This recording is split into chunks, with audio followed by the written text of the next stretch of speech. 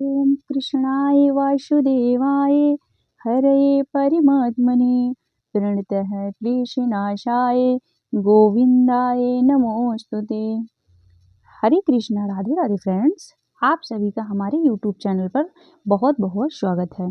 तो आज हम माघ महात्म की अध्याय दो का रसपान करेंगे और राजा और तपस्वी के बीच क्या बातें हुई वो हम आगे चलिए सुनते हैं।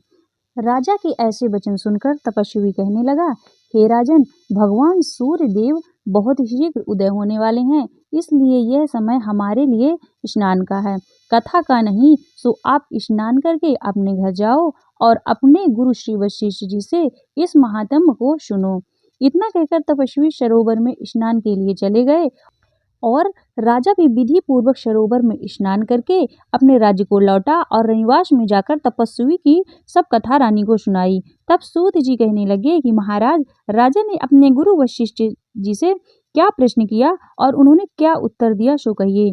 व्यास जी कहने लगे, हे सूत जी, राजा दिलीप ने रात्रि को सुख से सोकर प्रातः समय ही अपने गुरु वशिष्ठ जी के पास जाकर उनके चरणों को छूकर प्रणाम करके तपस्वी के बताए हुए प्रश्नों को अति नम्रता से पूछा कि गुरुजी, आप आचार, दंड, नीति, राजधर्म तथा चारों वर्णों से आश्रमों की क्रियाओं में दान और उनके विधान, यज्ञ और उनकी विधियां, व्रत, उनकी प्रतिष्ठा तथा भगवान विष्णु की आराधना अनेक प्रकार से तथा विस्तार पूर्वक मुझसे बतलाइए। अब मैं आपसे माघ मास के स्नान के महत्व के बारे में सुनना चाहता हूँ।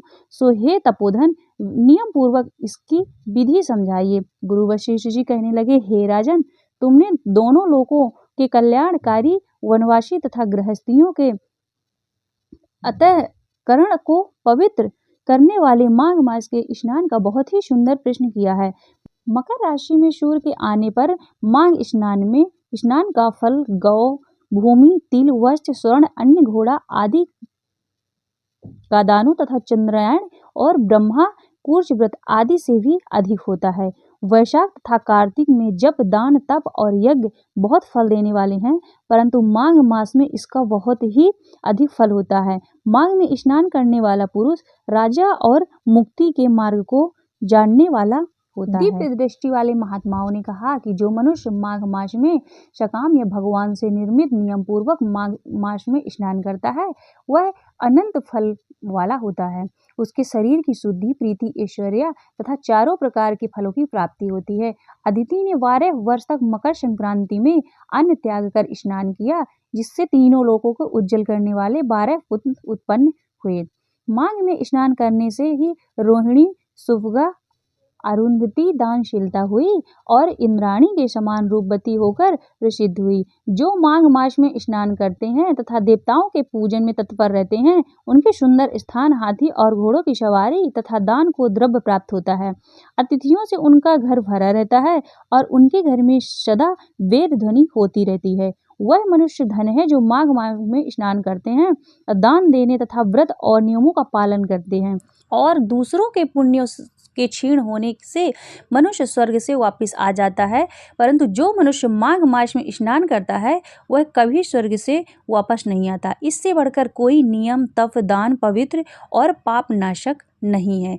भृगु जी ने मणि पर्वत पर विद्याधरों को यह सुनाया था। तब राजा ने कहा कि हे ब्राह्मण, भृगु ऋषि के मणि और पर्वत पर विद्याधरों को उपदेश दिया था, सो बताइए। अब ऋषि जी कहने लगे कि हे राजन, एक समय 12 वर्ष तक वर्षा न होने के कारण, सब प्रजा क्षीण होने के कारण संसार में बड़ी उद्विग्नता फैल गई थी। हिमाचल और विंध्याचल पर्वत के मध्य का देश निर्जन होने के कारण श्राद्ध, तप तथा स्वस्थ से कुछ टूट गए। सारा लोक विपत्तियों में फंसकर प्रजाहीन हो गया। सारा भूमंडल फल और अन्न से रहित हो गया। तब विंध्याचल से नीचे बहती हुई नदी के सुंदर वृक्षों ने आनंदित अपने आश्रम से निकलकर श्री भृगु ऋषि अपने शिष्यों सहित हिमालय पर्वत पर गए। इस पर्वत की चोटी नीली और नीचे का हिस्सा सुनहरे होने से सारा पर्वत पीतांबरधारी श्री भगवान के सदृश लगता था। पर्वत के बीच का भाग नीला और बीच बीच में कहीं कहीं सफेद स्फटिक होने से तारों से युक्त आकाश जैसी शोभा को प्राप्त होता था। रात्रि के समय वह पर्वत दीपकों की तरह चमकती हुई दिव्य औषधियों से पूरित किसी महल की शोभा को प्राप्त होता था। वह पर्वत शिखाओं पर बांसुरी बजाती और सुंदर गीत गाती हुई किन्नरियों तथा केले के पत्तों की पताकाओं से अत्यंत शोभा को प्राप्त हो रहा था। यह पर्वत नीलम, पन्ना, पुखराज तथा इसकी चोटी से निकलती हुई रंग बिरंगी किरणों से इंद्रधनुष के समान प्रतीत होता था। स्वर्ण आदि सब धातुओं से तथा चमकते हुए रत्नों के से चारों ओर से फैली हुई अग्निज्वाला के समान शोभायमान था।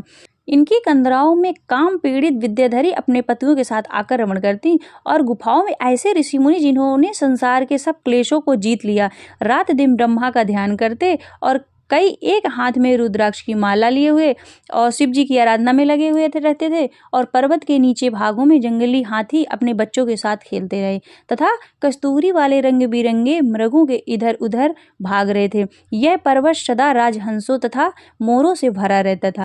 इसी कारण इसको हेमकुंड कहते हैं। यहाँ पर सदैव ही देवता, गुहार और अप्सरा निवास करते हैं। माघ मास महात्म्य की आगे के तीसरे अध्याय की कथा आपको इसी चैनल में आगे के वीडियो में देखने को मिलेगी। यदि आपको हमारा वीडियो अच्छा लगे तो लाइक कीजिए और अपने फ्रेंड के साथ शेयर भी कीजिएगा। चैनल को अभी तक आपने सब्सक्राइब नहीं किया तो सब्सक्राइब कीजिएगा और बेल आइकन को जरूर प्रेस कीजिएगा। हरे कृष्णा।